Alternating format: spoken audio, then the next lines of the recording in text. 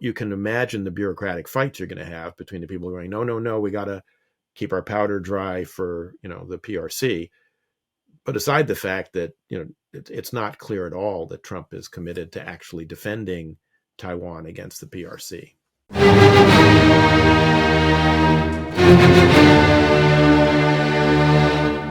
Welcome to Shield of the Republic, a podcast sponsored by the Bulwark and the Miller Center of Public Affairs at the University of Virginia. I'm Eric Edelman, counselor at the Center for Strategic and Budgetary Assessments, non-resident fellow at the Miller Center, and a Bulwark contributor. And I'm welcoming back my partner in all things grand strategy, even though he doesn't believe in grand strategy, Eliot Cohen, the Arleigh Burke Chair of Strategy at the Center for Strategic and International Studies and Professor Emeritus at Johns Hopkins University School of Advanced International Studies. Well, welcome back, world traveler. Well, first I have to say you're absolutely right. I don't believe in grand strategy. And in fact, I think we're about to have a demonstration that it doesn't exist. The other thing I was just going to say is, I was on the road for about a week and a half. Anything happened while I was away? Minor political event here while you were gone, Eliot. And maybe that's what we should start out talking about. And so let me make some observations that cut a little bit against the grain we're having right now in the discussion. So, a lot of people have described this as a political landslide. And I mean, it may end up being a kind of earthquake, but I don't think it's a landslide. I was just looking at Nate Silver's projection of what the final vote is going to be when all the votes are counted from California, Washington, and Oregon. And, he is projecting that Trump will actually be slightly a shade under 50% of the two-party of the total vote. So it'll be like 49.9% to 48.4 or something. It'll be a 1.5% margin. And the raw total will be down to something like 2.5 or 6 million votes, which is less than Hillary won the popular vote by when she lost the election in 2016. So, I mean, look, it's a big advance for Trump over what he had previously gotten, 47% roughly in the two previous elections. And the Republicans made a lot of gains with a lot of demographic groups, pretty much every demographic group, and that ought to be very worrisome to the Democrats. But I think there's a big danger here that Trump and his people are going to overinterpret the result and see it as a giant mandate, when what it really reflects is that the United States remains a very deeply divided country politically, as we have been more or less since the late 1990s. Yeah, I agree with that. I'd go even further. So I found my reaction is one of AntiH Hysteria.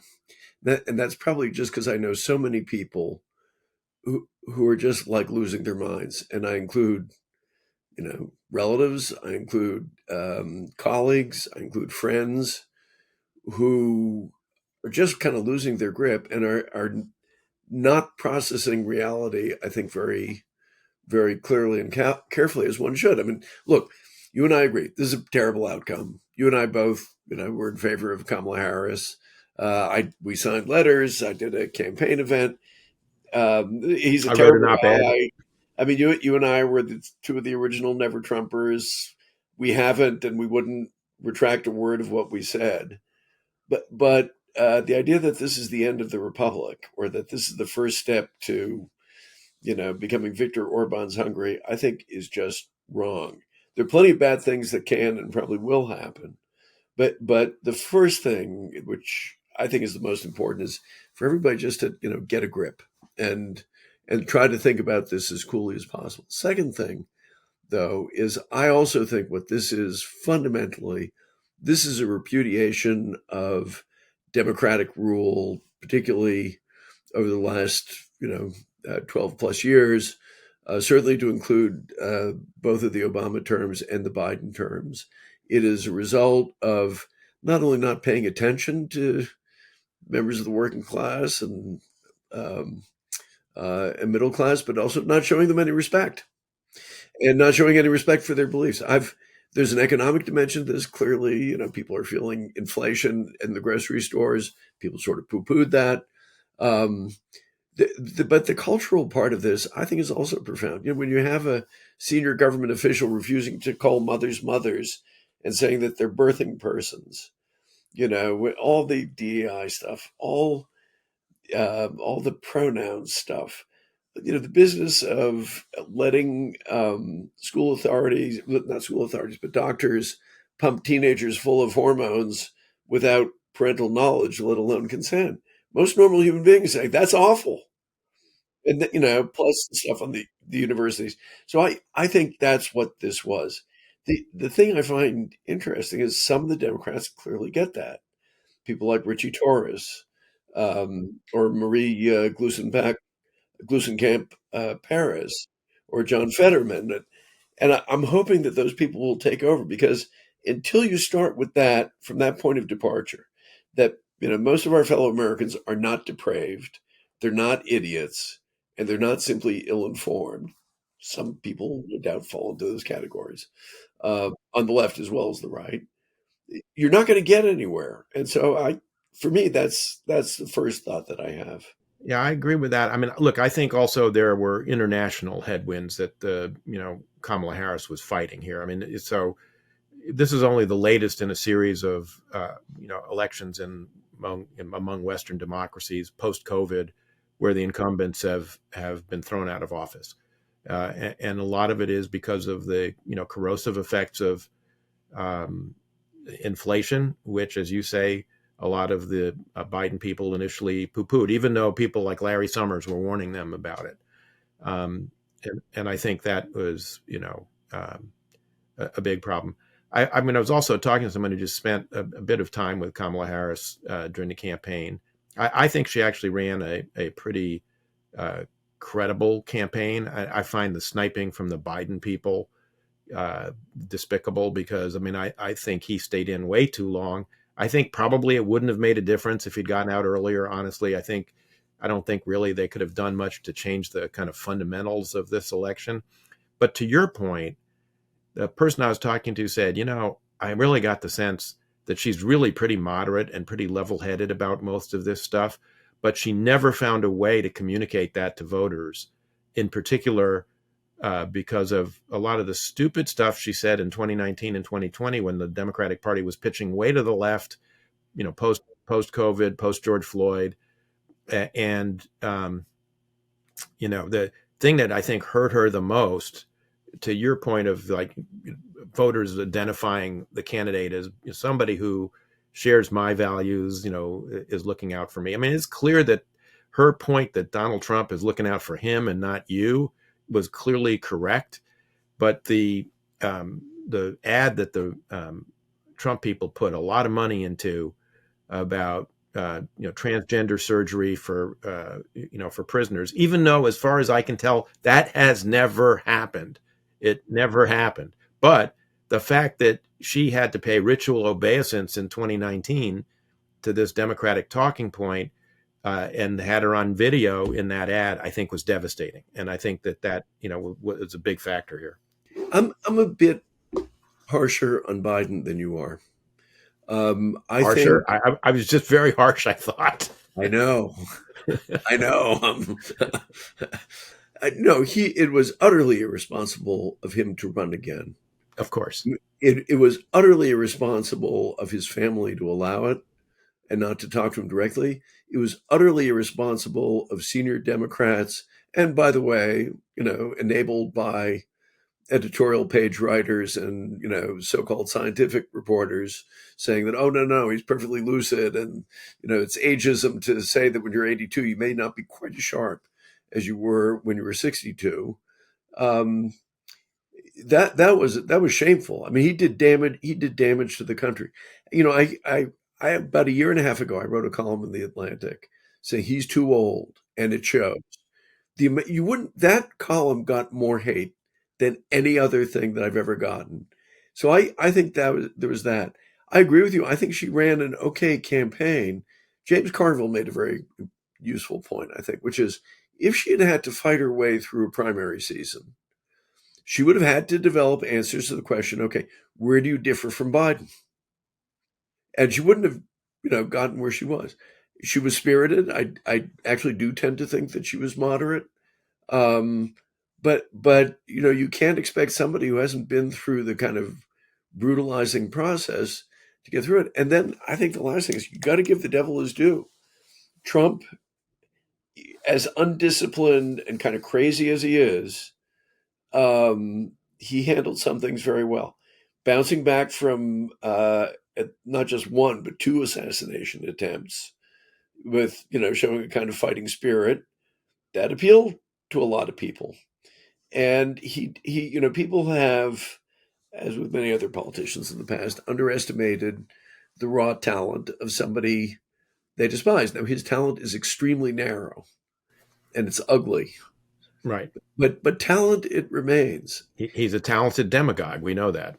Yeah, demagogue, malignant narcissist. I mean, Yeah, all those now, things. but the question is, what comes next? And again, I am not.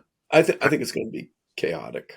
I want to get to what comes next, but I do think we owe it to our Bulwark colleague, Bill Kristol, to also acknowledge that he too, like you, was early on the dump Biden train, and has been arguing for the better part of 2 or even 3 years that Biden should not have run again. So on what's next, and in particular for national security, I will confess that my initial thoughts as they announced the transition team were, okay, well, this might not be so terrible.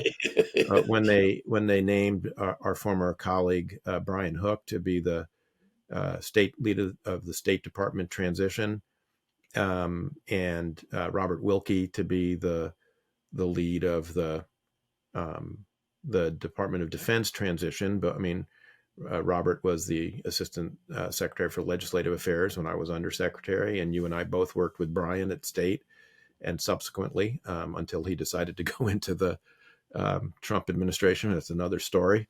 But I have to say, more recently, I've become a little bit more concerned about the direction of the transition, in part because of Don Jr.'s tweeting about what's forthcoming in Ukraine, because of the kind of disqualification of Mike Pompeo and Nikki Haley. I never expected Nikki Haley was going to be offered anything, but Mike Pompeo, who was, I would say, a slavishly loyal Secretary of State Well, to except that Donald Trump, he thought about running.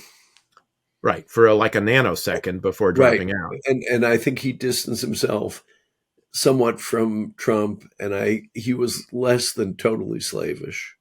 No, I'm sure Don Jr. played a role in that. No, on the other hand, Elise Stefanik is UN ambassador.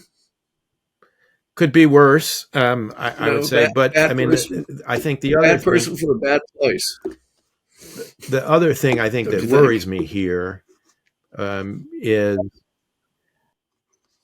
well, look, again, it could be worse. I mean, it could be Rick Grinnell, but look, Elise has shown extraordinary bad character. I'm not sure how well she'll do in that job, but I always assumed she was going to get something. But I'm a little bit concerned about the role that Elon Musk and the whole PayPal mafia is playing in all of this, which seems to be a very large role. The potential for conflicts of interest here are just obviously legion, and for potential for self-dealing. I mean, just the fleet requirements for the Department of Defense. If they suddenly become, we need a lot of white EVs that are all made in America. I mean, that in and of itself, could be, you could imagine that coming down the pike. I'm a little concerned about the Senate Majority Leader race, and the effort now that they're making to put Rick Scott in as opposed to John Cornyn and John Thune. I mean, Tucker Carlson was out saying that John Cornyn's an angry liberal, and Thune and Cornyn are right. I mean, in what world are John Thune and John Cornyn, rhinos? And take it from me, I'm an angry liberal rhino. So I mean, I know whereof I speak. So, I'm a little worried about the direction of where it's going.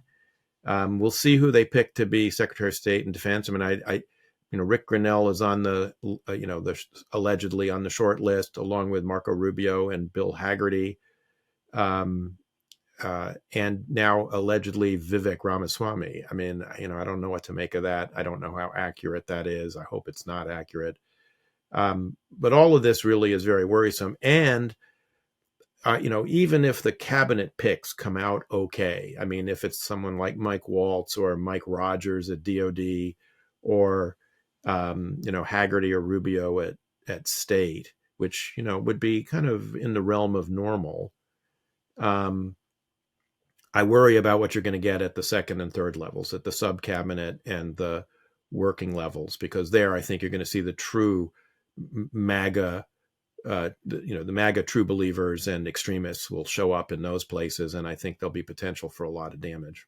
So I agree with all that, although, I mean, perhaps just for the sake of my own sanity, I've decided I'm going to deal with this one bad decision at a time, and I really think that's the way we ought to do it.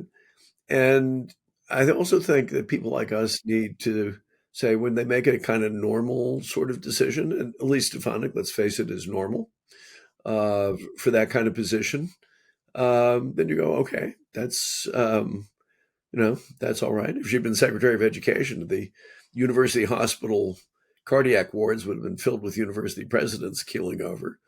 But still, she's within, and that's not entirely a terrible thing. But she metaphorically killed 3 of them, right? Yeah, she did. She did. I'm going to approach it one at a time. For me, I think one of the big issues is what this mix of oddball personalities is going to look like. And I guess here's my assessment. You'll have some people who, as you say, are kind of quasi-normal, although they've compromised their souls and their characters by going to work for Trump. There are the kind of, MAGA true believers, although what the apostolic creed of the MAGAs is, I'm not entirely sure. And then you'll just fast and blow stuff up. Yeah. Well, and then just oddballs. I mean, you'll get weirdos. And I mean, for me, Ramaswamy is just one of these weirdos. But what's going to happen is you have all these outsized egos, which are unbalanced. They are unbalanced people. Elon Musk is brilliant, but he's a very unbalanced person. And almost immediately, the battle for the succession to Trump will begin, right? Because he's a lame duck. And you'll begin to have factions. J.D. Vance obviously is one, but as you and I were discussing, I think Don Jr. probably thinks that this is now the family grift or business, I suppose, and so therefore, I can well believe that he thinks that he should be the next president after his father. There'll be others out there like that. These people will leak like crazy. This will not be a disciplined administration. And we know that Trump likes chaos. He likes playing people off against each other. He's one of these manipulative guys who enjoys manipulating people for the hell of it, and in addition to being a way of maintaining control. And on top of that, you're going to have policies that are going to slam into each other. So let's say they go through mass deportations, that they're really committed to that. That's going to have economic implications. That'll affect a whole bunch of small business. It's going to lead to some pretty awful publicity, which not everybody who voted for Trump is going to like. High tariffs. Okay. Impose lots of high tariffs and see what happens to the American economy, and on and on and on. I think they are, we need to remind ourselves that the world of MAGA is not a coherent ideology, and that's why I've pushed back against the comparison with fascism, or even the kind of national authoritarianism of a Viktor Orban. There isn't that level of coherence, or the kind of Islamist nationalism of Tayyip Erdogan. Those people have some sort of coherent worldview. There are strains here. Isolationism is certainly one of them, but for the rest, it's going to be chaotic, and that's a terrible thing. And a lot of it is going to depend on the personality of an aging guy who is feeling really vindicated, maybe feeling really vengeful, maybe thinking about his place in history in some very large way.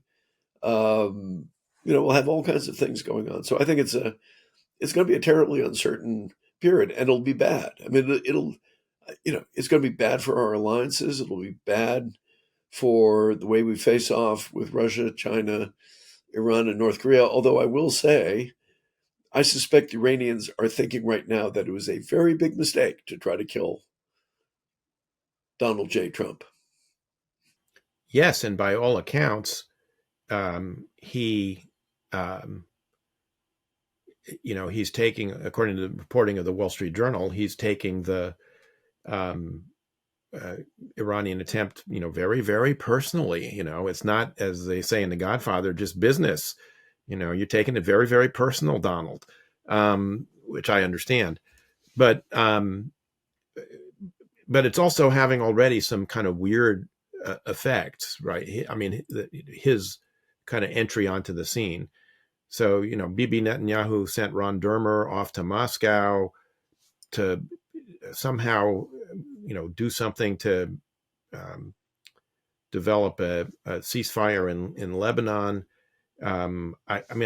Maybe you have some ideas about what that's about. I'm not 100% sure. I mean, was he there to try and get Putin to, because Bibi's talked 3 times to Trump, he's told us, and Trump agrees with him totally about Iran. So was Dermer, on some kind of mission from Bibi to try and wean Russia away from Iran and allow the ceasefire to happen? I mean, what is up with that? I don't know. So the one thought I have about that is the Israelis, I think, want very free access to Syrian airspace. Right. Because that's basically how they get there. And you mean Iranian support for Hezbollah? Yeah, well, but it's also how they get to Iran. Oh, right. They overfly Syria. Right. And the Israelis have been very careful to avoid any kind of head-to-head with the Russians who are there. And so I can imagine that that's part of, who knows? Yeah. You can't tell. I by the way, I don't think the Lebanon war is going to be done for some time. It's one of the conclusions I came away with, but I mean, I could be wrong. I don't know. No, I guess the main thing I think is this is going to be a bad time. Yeah. Unfortunately, you and I are going to have plenty to talk about. Plenty of characters to rip apart. Plenty of mistakes to analyze. The United States will get through this, but from the point of view of us and the things we talk about in this podcast, the issue is how much damage is going to be done to the international system and to the U.S. national interest. Yes, I'm afraid it will be a target-rich environment. I'm sure it will be. The first thing up, I think, likely to be is going to be Ukraine, and already you're seeing some weird things, right? So there was this episode, I don't know if you missed it while you were traveling, but where Russian television, Olga Skribayeva, one of the one of the most appalling Russian news presenters, as the Brits would say, gleefully showing off nude photos of Melania Trump from a photo shoot in the early 2000s. Really? Before she married Trump. Yeah, no, this was all over Russian state television. My view of this is it was absolutely a message from Putin to Trump. It was sort of a dominance kind of message that was being sent. By the way, don't you think that could backfire? I don't know, because I think, there was this weird episode when Melania's book came out, and she was talking about these photos that were taken early in her modeling career and how proud she was of them. There's nothing wrong with the human figure. We ought to celebrate beauty, blah, blah, blah. And, and I shouldn't be criticized for it. And I was like, who's criticizing you? Where is this coming from? I mean, there had been that episode where some of them showed up in the Daily Mail. I think it was the Daily Mail, might have been the Sun. I can't remember, one of the British tabloids. And there was a lawsuit, and they had to take them down and all of that stuff. But nobody at the time her book came out was criticizing her. I mean, did they know that this was sort of coming, that the Russians were going to do something? I don't know, but it was sort of interesting. And then you have this other episode where Washington Post runs a story saying Putin and Trump spoke, and Trump warned him, we've got troops in Europe and don't escalate too much in the war. And then the next day, Dmitry Peskov, Putin's spokesperson, says never happened, fake news. There was no phone call.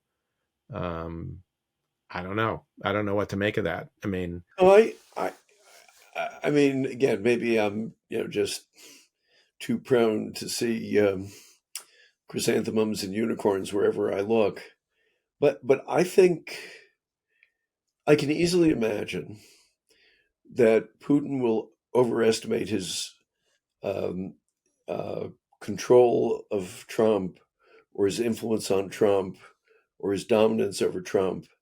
And if Trump gets that feeling, particularly in this mood of exaltation, which he has to be in, he might just say, screw you, and do something to, and he is a guy who thinks about, leverage in bargaining situations, do something that will kind of surprise the Russians and make them more inclined to come to the table. I mean, maybe not, but I think I think one of the mistakes that people made in 2016, and to some extent thereafter, were, Trump is a Russian agent. I think I really don't think so. I mean, I think he's got a disgusting sort of sympathy for, liking.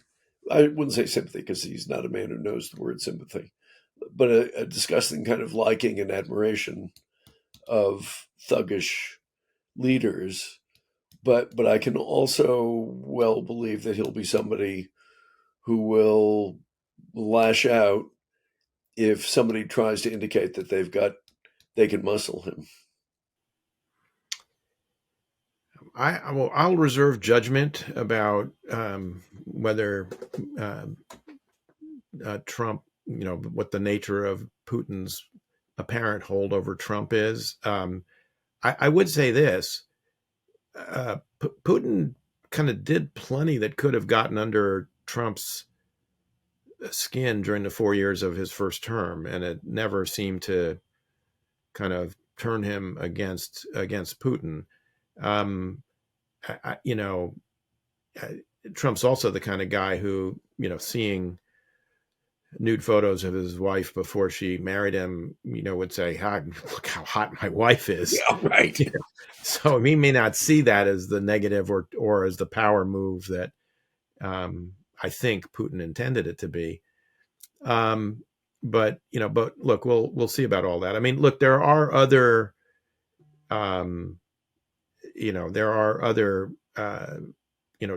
ties that worry me here. I mean, Susie Wiles as the chief of staff. I mean, her ex-husband, Lanny Wiles, was, in business with Dana Rohrabacher, doing all sorts of stuff representing Russian oligarchs. Their daughter, who was involved in her husband's business, was unable to get a security clearance, had to resign early in the Trump administration, presumably because of some of those business ties and connections. So, look, there are plenty of avenues for Russian influence here. Not to mention Elon Musk, who apparently, I mean, I don't know. You and I had security clearances, and if we were having unreported phone calls with a leader of a hostile foreign power, not to mention smoking dope on publicly on TV, I'm not sure we could have kept our clearances. No. On the other hand, I will not be at all surprised if there can only be one star in the Trumpian firmament. And I think anybody, and Elon Musk with his galactic sized ego, may very well, I think is likely to run afoul of that. There'll be a lot Oh, of people. Don't doubt it. There'll be a lot. I mean, his own. I think Donald Jr. will run afoul of this. I think J.D. Vance may run afoul of this. Trump will do something at some point to remind everybody who's, who not only who's boss, but who's the reigning genius. And so I expect lots of personal collisions in all this, and you and I were part of a pretty disciplined, cohesive administration. It'll be unlike anything we've personally experienced. And I think, And even there, there were obviously deep, conflicts among principals, and there always are. It's the thing I would go back to though, Eric, is I think the internal contradictions of the policies too right, will be profound. And there'll be things like people pushing for a national abortion ban, which he does not want. right. You Yeah, no, I agree with that. And on the national security side, I think, we haven't even gotten to China policy yet, but I mean, there's going to be that. I think there's going to be conflict. I mean, so you can already see that there's a push from the sort of Don Jr., Tucker Carlson, J.D. Vance sort of camp for moving away from kind of more traditional American leadership, and they're running a little bit of an influence campaign to try and make sure that Bridge Colby, who we discussed a couple of weeks ago on the podcast, gets a senior role in the administration, and he, of course, an advocate of what he would call strict prioritization of the Indo-Pacific and competition with China as the be-all and end-all of national security policy. That, I think, will also lead to clashes, because every U.S. administration ends up being forced to deal with a bunch of things they didn't anticipate, Yeah. and are expected to deal with by the Congress and the American public. Yeah. And it's one reason why all these academic theories of restraint or more prioritization of American national objectives have never actually taken root in any administration, despite changing personalities and parties in the executive branch in the United States. And I think it's perfectly predictable that, as Sir Harold Macmillan once said to an Oxford student who asked him what were been the big drivers of policy when he was prime minister, it was events, dear boy, events, and they're going to be subject to that, and there are all sorts of things that will impose themselves on them. And you can imagine the bureaucratic fights you're going to have between the people going, no, we got to keep our powder dry for, the PRC. But aside the fact that, it's not clear at all that Trump is committed to actually defending Taiwan against the PRC. Yeah. By the way, Tucker Carlson's another one of those outsized egos that I think will, soar until he somehow falls afoul of Trump, the way everybody does sooner or later. And who knows how he'll react when his wings get clipped, in particular because all these guys are younger than Trump. All of them are going to be thinking, okay, what's the post-Trump future? I mean, and I'm sure they're already thinking about it. By the time you get 2 years in, it's going to everybody will be focused looking forward, and that'll add another dynamic to it, I think. I'm amazed, and I'm not sure how this happened, but during the Dominion voting systems lawsuit against Fox News for defamation,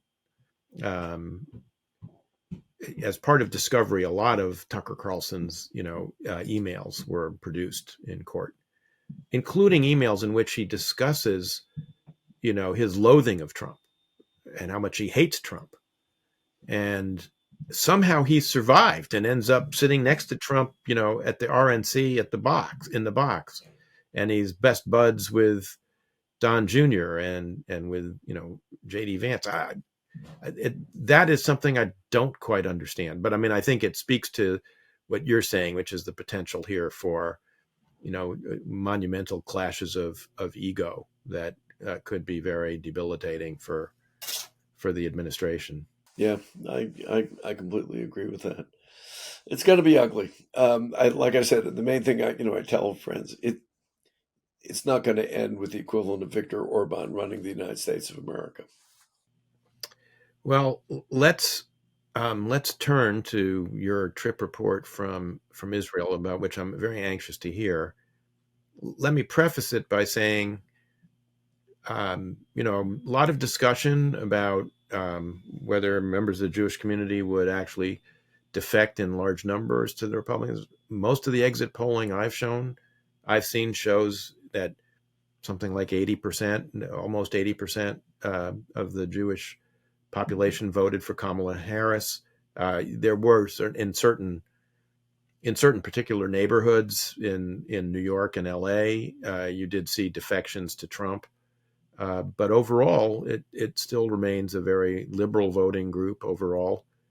But one of the arguments people made in the Jewish community for voting for Trump was that he would be better for Israel than Harris would be. I note with interest that, since we've been talking about Tucker Carlson, that J.D. Vance, when he was asked during the campaign about this, said,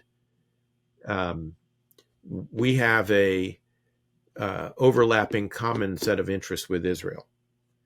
He said, but that doesn't extend to Israel getting us into a stupid, endless war with Iran. So Bibi has said, as I mentioned earlier, that he's spoken 3 times with Trump, and they see totally eye to eye on Iran. A lot of people have interpreted that as meaning that Trump has given him a green light to hit Iranian nuclear and energy production targets if and when the Iranians respond to the last Israeli strike and the Israelis have to go back. But we know what Tucker Carlson thinks about these issues. He also has said he doesn't want to have a war with Iran. In fact, he seems to have had a lot of influence with Trump in the first term against striking back once the Iranians had downed a U.S. UAV in the Gulf. So I'm just curious, how do you think that is going to play out? And what did you hear in Israel about how Israelis are thinking about all this and how it all fits together? I would just point out all this is before the Biden Department of Justice unsealed this case that the Iranians had tried to kill Trump. And if I were J.D. Vance, I don't think I would remind Trump of that position, because knowing that a foreign government is really trying to kill you, I think does have an effect even on a kind of a reptile brain. And I suspect that this may be one of those cases where Tucker Carlson is less influenced than you might think. So I was in Israel for a week and a half. It was a workshop that I run together with counterparts from the research center of the Israeli General Staff. So basically, this was kind of a high-level military analysis, changing conduct of war sort of enterprise. We do it annually between here and Israel. And I had a pretty high-powered delegation of about 10 Americans, 10 Israelis on the other side. In addition to that, I ended up having a lot of I meetings. saw you had our friend Nick Ryan on it. Yes. So he's an honorary American, as he would be the first to tell you, even though he's an retired Australian general. I also had a lot of meetings with senior military and intelligence people. And then after the conference, we had one day in the north to include a couple of hours with the head of the Northern Command and visiting the right along the border. And then we had one day in the south to include going into Gaza along the Philadelphia corridor. That's the area right along the Egyptian border. And a lot of other, went to training bases, talked to a lot of kind of people at the brigade level as well.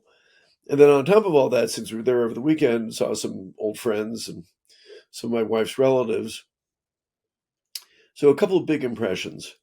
One is the Israeli framing of these wars, including the Gaza war, has changed from when I was last there in December. They see this as a multi-front war with Iran. That was not the framing in December. It is the framing now. Now that, the problem is that means you don't have to think about the Palestinian problem as a Palestinian problem. They've got a point. The template for the October 7th attack that Yahya Sinwar used was the template that Hezbollah had for northern Israel, and that was very much shaped by the Iranian Quds Force. But in any case, that is how they now frame it, and of course they've now had these missile exchanges and air raids back and forth. So for them, this is a new world. They are at war with Iran in an overt way, and they find that somewhat daunting, but that's their world. Second big thing is, of course, my feeling was the mood was better than in December because they've had these amazing successes. They've killed Yahya Sinwar.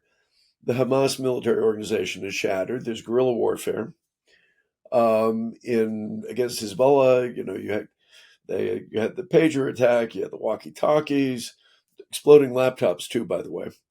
So there was probably a reason why people began throwing televisions out the window after the last of those attacks. They were afraid what was next. They got Nasrallah. They got Nasrallah's successor. They got the equivalent of the chief of staff. So they've had a lot of success. The two campaigns are very, very different, and the two environments are very different. The northern campaign, what struck me, the more I learned about it, was how carefully prepared it had been. That they had spent the years since 2006 getting ready for this. So the year between October 7th and when they really go after Hezbollah was spent with a lot of what the military calls shaping operations. Special operations forces, very targeted strikes, and then boom, boom, boom, boom, boom, pagers, walkie-talkies, Nasrallah, so forth. In the South, it was much more improvised, but again, the Israelis are nothing if not creative. The challenge that you see is the kind of political piece of it. There's a lot of us have pointed this out before. What do you do about Gaza? So, we saw this very large aid convoy, and the Israelis are actually letting in a lot of aid. The Israelis don't want to be in the middle of Gaza distributing aid to the Palestinians because they get shot at, because Hamas, operatives are still in there. The result is the Hamas operatives hijack the aid convoys, and they maintain control of the population by controlling the distribution of food. And, there continues to be guerrilla sort of operations, and the same thing is true with Hezbollah. The Israelis used to worry about getting salvos of 1,000 rockets, 2,000 rockets a day. Now it's like 50 to 100, but they're still coming in, and there is, again, sort of guerrilla warfare. The infrastructure on both the kind of guerrilla infrastructure or military infrastructure, both places was quite striking. I mean, the Israelis may have only uncovered like about half of the tunnels in Gaza, and the more you learn about that system, you might have one set of tunnels at 30 meters, another at 50, another at 80 meters underground. It's an extraordinarily elaborate system. So the political denouement is not clear. The society, I would say, is resolute, but with one qualification. The kind of national religious sector of Israeli society, that is to say, people wear, usually the identifier is knitted yarmulkes as opposed to the kind of black velvet ones, are the ones who've been bearing the burden the most. They're the ones whose kids, whose husbands, and daughters actually, have been really bearing the burden. I mean, this has been a reserve army at war, and some of these people have been, in the in the sandbox, as we would say, 280 days, 300 days over the last year. And they've taken a lot of losses for a very small country, of course. And what struck me and my wife, who joined in a kind of a parallel visit, was that friends of ours from this kind of religious national world were furious at the ultra orthodox, furious, because they are draft exempt. And even while this has been going on, they've been kind of holding the government ransom for additional subsidies for religious seminaries. And the language was downright vitriolic. And this from people who we've known for a long time, who are basically very, very moderate, politically very moderate, religiously, maybe somewhat even, we're kind of, we would be in that world if we were Israelis, which we're not, but in terms of observance levels, that's kind of where we are. And they were using words like cowards. There's the antipathy to the ultra orthodox is profound. So there's this domestic tension, which sooner or later will have to be worked out. Nobody trusts Bibi, of course, but you don't get a sense that his hold has been broken. Last thing I'll say is, when you talk to IDF leaders, and I'm talking sort of major to general level, they are very determined. They're very resolute.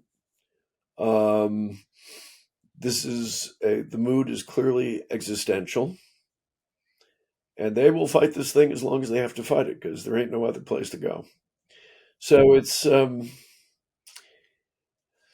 it's a country that feels it's under siege. It is. You fly into the airport. El Al's the only airline flying.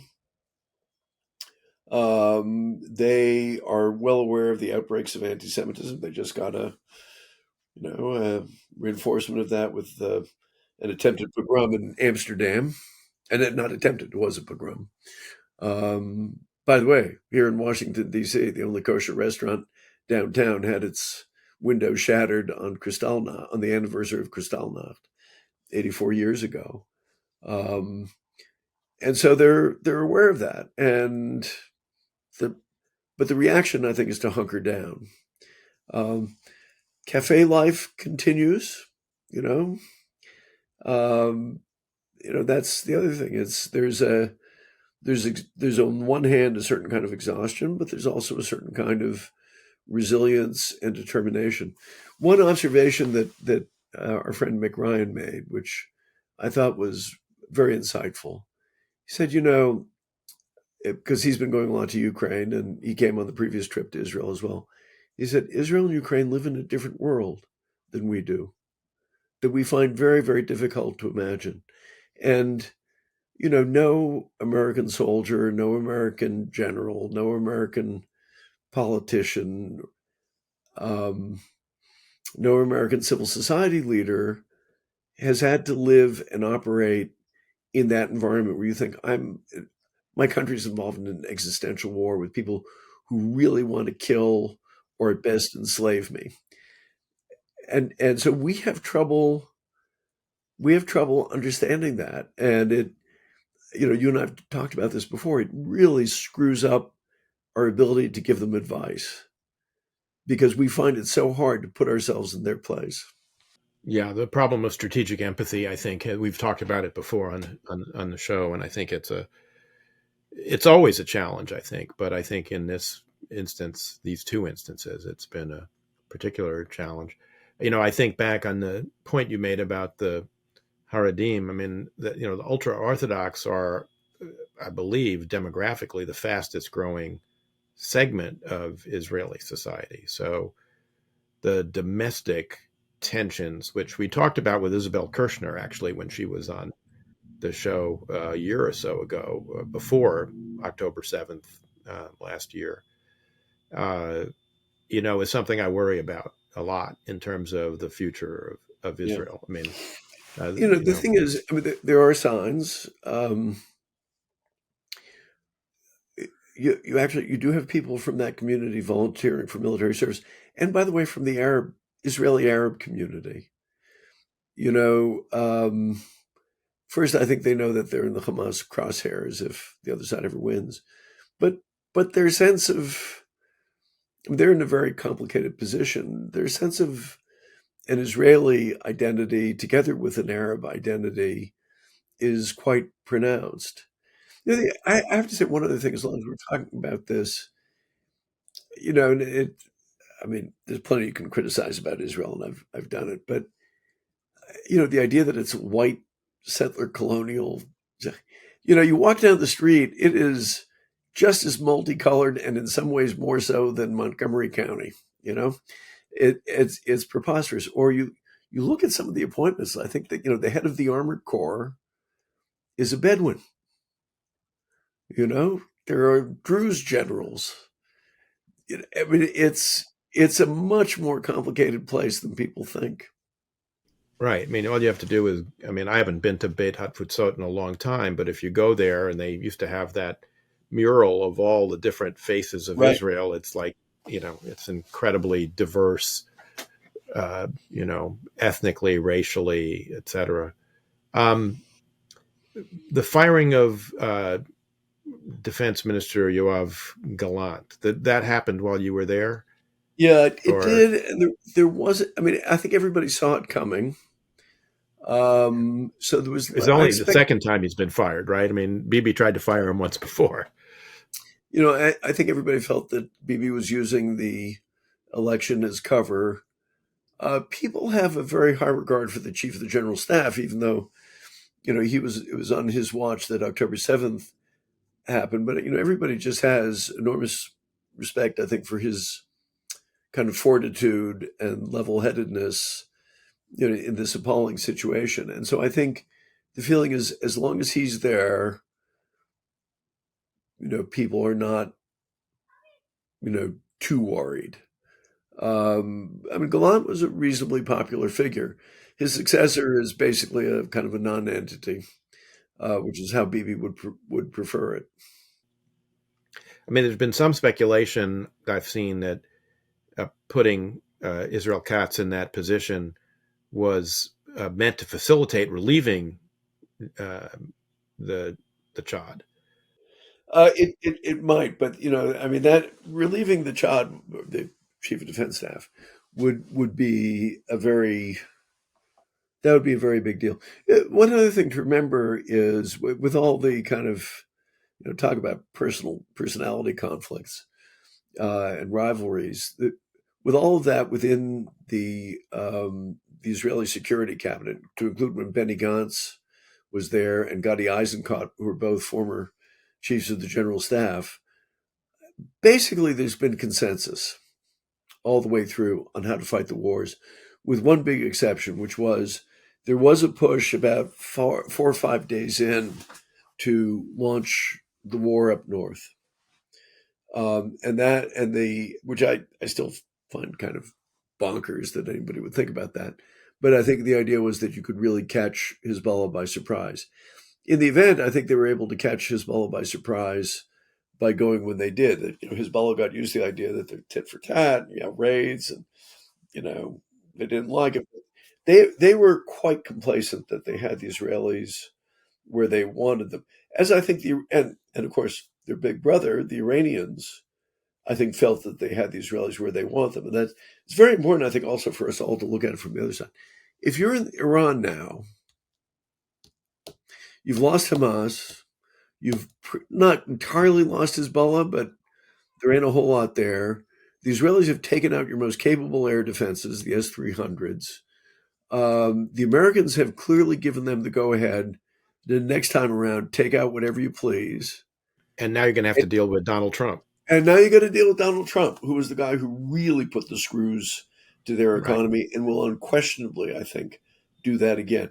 So Well, Brian they're Hook's not already said it, so that they're going to do it again. And the rial is already, the Iranian currency is already trading at record low levels, and they're busy, dealing with rolling blackouts because while the mullahs have been spending all this money on tunnels in Gaza and supporting the Houthis and supporting Hezbollah in the north, they've been allowing the domestic infrastructure to rot away, and it's not lost on the Iranian populace that this is happening.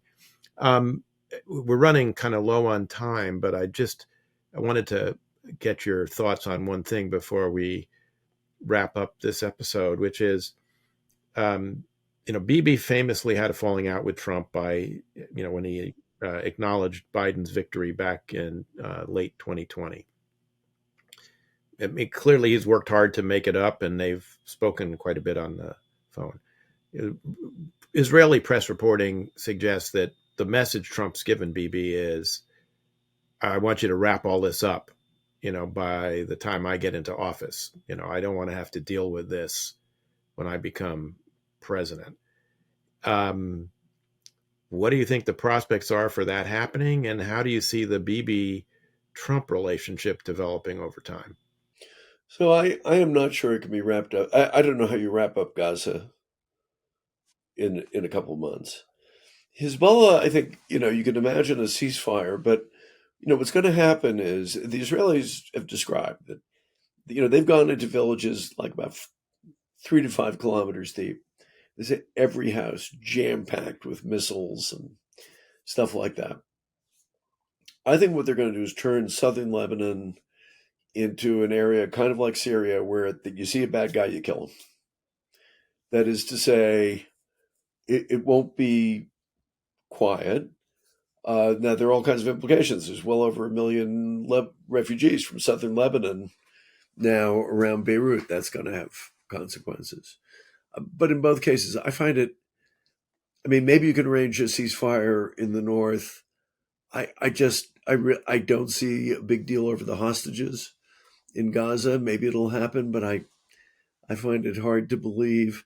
So I'm not sure that that's a doable do. I think, both Bibi and Trump are narcissists and pathological liars. And, What could they will possibly work go out wrong? what could possibly go wrong. But they will work out, they'll have some kind of relationship, but it'll be the relationship of people who you and I would find psychologically bizarre. And then, the last thing I would just say is to kind of link together the two parts of our conversation. Let's say the administration really does put the screws to Iran. That would be a good thing. And I do think it's important that when they do good things, you and I are going to be ferociously critical, and justly so, of them over a whole bunch of other things.